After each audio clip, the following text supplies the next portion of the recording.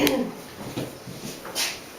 there, my name is Amber and I'm cooking for you in Calgary, Alberta, where it is finally nice and sunny and warm and I can kick the kids outside to play and cook for you guys in the middle of the day.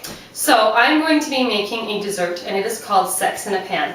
Yes, you heard me right, that is what it's called because it is that good. And I've been making this since I've been about 14.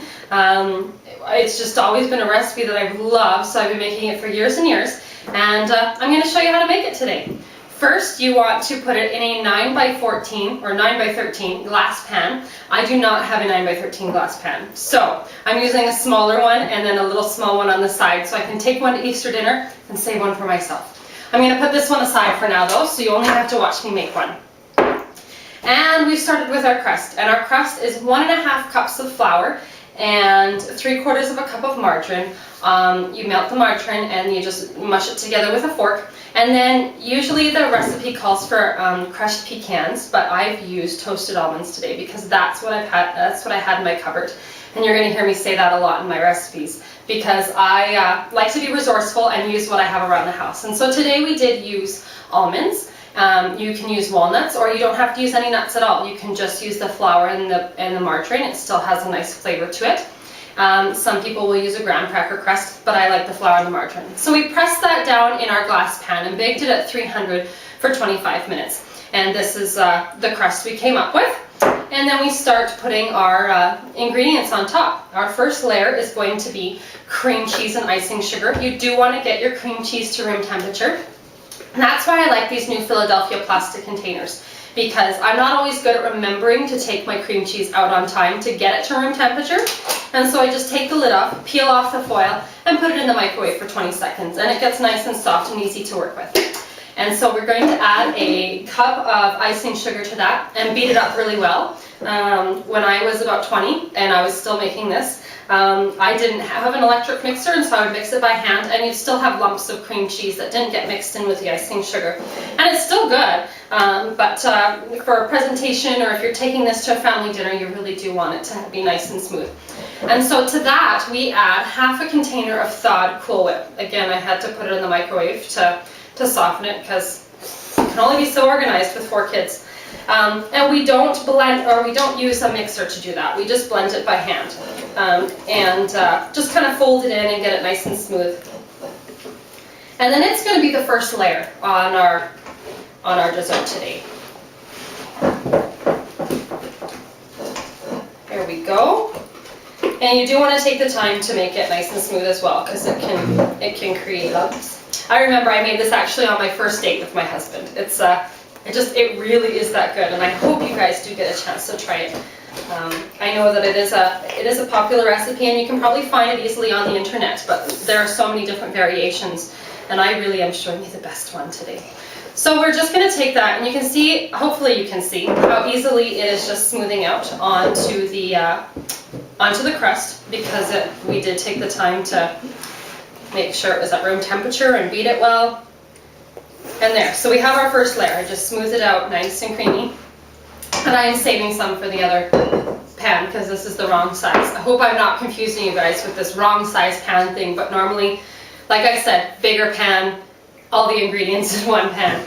I'm going to get a different spoon for the next layer. Our next layer is chocolate and vanilla pudding. So you're going to take a box of chocolate pudding, vanilla pudding. These are instant pudding mixes, 4 serving sizes. And you're going to put them together and add 3 cups of milk. Do not follow the instructions on the box. You'll end up with too much milk and it won't set as nicely. And so I've already done this. I've mixed 3 cups of milk in with our chocolate and our vanilla pudding mix. And mixed it all together and put it in the fridge for a couple minutes to help it set. And so this is our next layer, and oh, it's nice and thick. And so this is going to go right on top of our cream cheese and Cool Whip and icing sugar layer. I'm already getting excited about it. It's really, really good. So I'm making this for our Easter dessert. I'm in charge of desserts this year. So this is one of the ones I'm making. Along with another one, but this one is always a crowd pleaser. And so I'm going to add just over half of it to save the rest for the other little one that I'm making for myself to maybe pig out on tonight.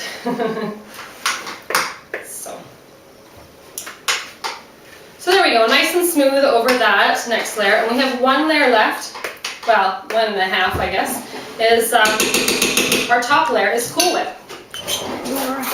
And you know, if you're not a Cool Whip fan, I think whipping cream would be fine. That is another variation. Sorry, I'm just telling my daughter to be quiet in the background. Sorry, my daughter was just informing me that my head was cut off in part of the video. So we're not all lucky enough to have flawless videos for our recipes. So as I was saying, I was just smoothing out the top layer, which is the Cool Whip, and I was saying that you could use whipping cream. I know that Cool Whip isn't a favorite with everybody, and whipping cream is a good substitute. So let's just spread that.